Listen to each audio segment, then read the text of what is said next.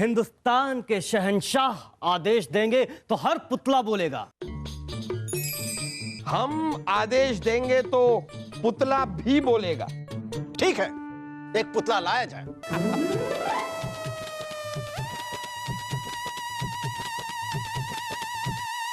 आदेश दे हुजूर। क्या आदेश दें? आप जो भी आदेश दे जहांपना।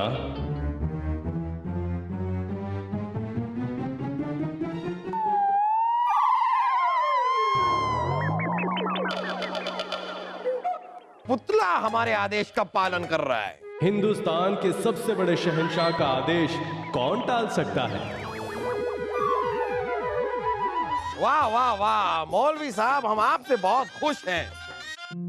बताइए आपको इनाम में क्या चाहिए? आज आपने हमारी बात पुतले से करवाई है। देखिए मौलवी जी, अगर आप चाहें तो हमारे महल की सबसे खूबसूरत यानी कि उर्वशी का नृत्य भी आपको हम दिखा सकते हैं। कहिए, देखना चाहेंगे? ये आपको कहां से हसीन और खूबसूरत नजर आ रही हैं?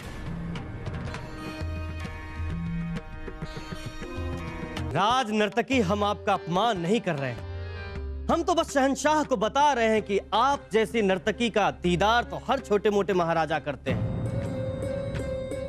पर आप हिंदुस्तान के सबसे बड़े शहंशाह हैं। आप जैसे शहंशाह को तो परियों का दीदार करना चाहिए। तो चलिए हमें बताइए कि परियों का दीदार करने के लिए हमें आपके साथ कहां चलना होगा? आपको आपके शाही बगीचे में ही हम परियों का दीदार करवा सकते हैं। आइए मौलवी साहब, आइए, ये रहा शाही बगीचा। बताइए कहाँ है परियां? कहाँ है परियां? हे आसमान में बसने वाली परियां, ये हमारे देश के शहंशाहों के शहंशाह हैं, खुदा के बराबर। इन्हें अपना दीदार कराओ।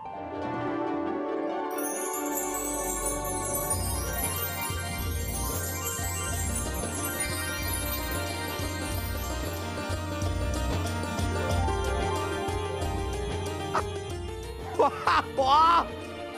अरे मौलवी साहब, हमें यकीन नहीं हो रहा है, ये सचमुच में परियां आ गई हैं। मौलवी जी हैं हमारे 10वें रथ।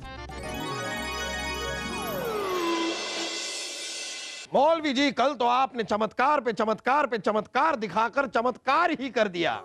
अरे परियों की कहानियां हमने बचपन में सुनी है। एक शैतान एक परी को तंग करता है, अब बादशाह आके उस परी को बचाते हैं और परी और बादशाह का निकाह हो जाता है। कहीं आपका इरादा भी परी से निकाह करने का तो नहीं है? अरे मौलवी जी, कैसी बातें कर रहे हैं आप? चलिए, ना सिर्फ आपको परियों से मिलवाते हैं बल्कि उनसे बात भी करवा देते हैं। सच? ऐसा मुमकिन है? शहंशाह, आप अगर चाहें तो उन परियों से बात कर उन्हें प्रभावित कर अपने महल में ला सकते हैं। तो हमें बताइए, आप हमें इन परियों से कब मिला सकते हैं? आप जब कहें, चाहे तो आज। आज रात को? आधी रात को, जब सब लोग सो रहे होंगे। आप चुपचाप उसी जगह आ जाना जहां परियां उड़ रही थी। ओहो, तो यहां मिलेंगे हमें हमारी परियां। मौलवी जी, कहां हैं आप और कहां हैं आपकी परियां?